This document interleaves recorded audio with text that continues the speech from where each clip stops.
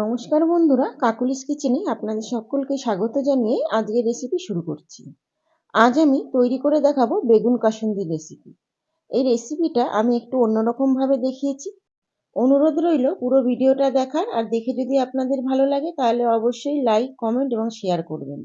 চ্যানেলটিকে সাবস্ক্রাইব করে দেবেন বেল আইকন সহ আরও নিত্য নতুন রেসিপি দেখার জন্য। তাহলে চলুন রেসিপিটা শুরু করি। প্রথমেই আমি একটা বড় সাইজের বেগুন 4 টুকরো করে কেটে নিয়েছি, আর দেখতেই পাচ্ছেন বোটার ধার থেকে কিন্তু একটু বোটা রেখে দিয়েছি। এটা ভাজলে দেখতে সুন্দর লাগবে। এবার একটা বাটিতে 1 টিস্পুন নুন, 1 টিস্পুন চিনি, 1 টিস্পুন হলুদ গুঁড়ো, 1 teaspoon Kashmiri red chilli powder আর 1 টেবিল স্পুন সাদা তেল অ্যাড করলাম। সমস্ত জিনিস এবার খুব ভালো করে মিশিয়ে দেব। সমস্ত জিনিস ভালো করে মেশানো হয়ে গেছে। এবার আমি কেটে রাখা বেগুনগুলোর গায়ে খুব ভালো করে মিশ্রণটা লাগিয়ে দেব। ঠিক আমরা যেভাবে মাছ ভাজার সময় নুন হলুদ মাখিয়ে নিই বা যে কোনো জিনিস ভাজার সময় নুন হলুদ মাখিয়ে নিই, সেইভাবে কিন্তু বেগুনের গায়ে মিশ্রণটা লাগিয়ে দিতে হবে। ফিরে আসছি সবকটা বেগুনের গায়ে মিশ্রণটা লাগিয়ে নেওয়ার পর।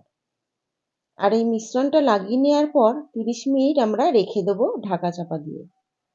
অনুরোধ রইল রেসিপিটা একবার হলেও ট্রাই করবেন, কেননা যারা বেগুন খেতে ভালোবাসেন তাদের তো ভালো লাগবেই।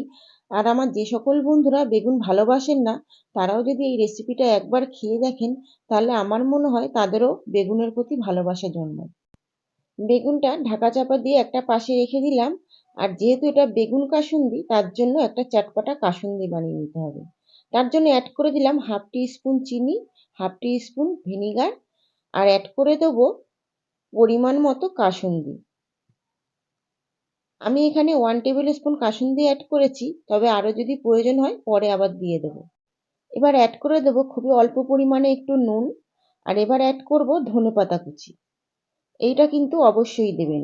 আর কাসুন্দিটাকে একটু কালারফুল বানানোর জন্য এখানে অ্যাড করে দিলাম পাকা কাঁচা লঙ্কা। আপনাদের কাছে যদি লাল লঙ্কাটা না থাকে তাহলে অবশ্যই সবুজ লঙ্কাটাও অ্যাড করতে পারেন, সেক্ষেত্রে দেখতে অতটা ভালো লাগবে না। মিশ্রণটা বানানো হয়ে গেছে, এবার চলে যাব বেগুন ভাজার দিকে। একটা কড়াই গরম করে নিয়ে বেশ খানিকটা সাদা তেল অ্যাড করে দিলাম, আর তেলটা নাড়িয়ে চাড়িয়ে খুব ভালো করে গরম করে নিতে হবে।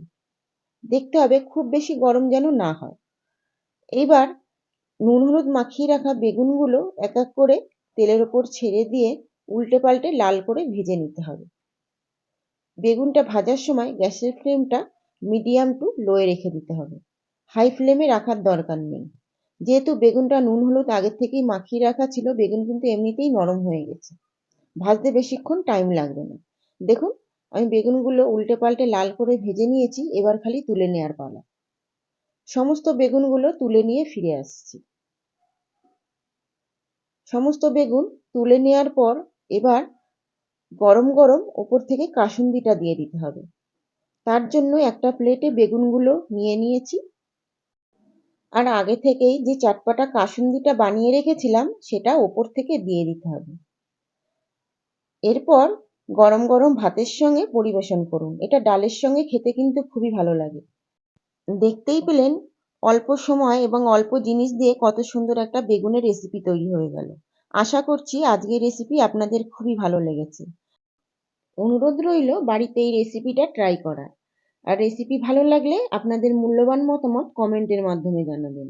আমার চ্যানেলে নতুন বন্ধুরা এখনও চ্যানেলটিকে সাবস্ক্রাইব করে না থাকলে বেল আইকন সহ সাবস্ক্রাইব করে দিন আরও নিত্য নতুন রেসিপি দেখার জন্য। আজ এই পর্যন্ত, নমস্কার।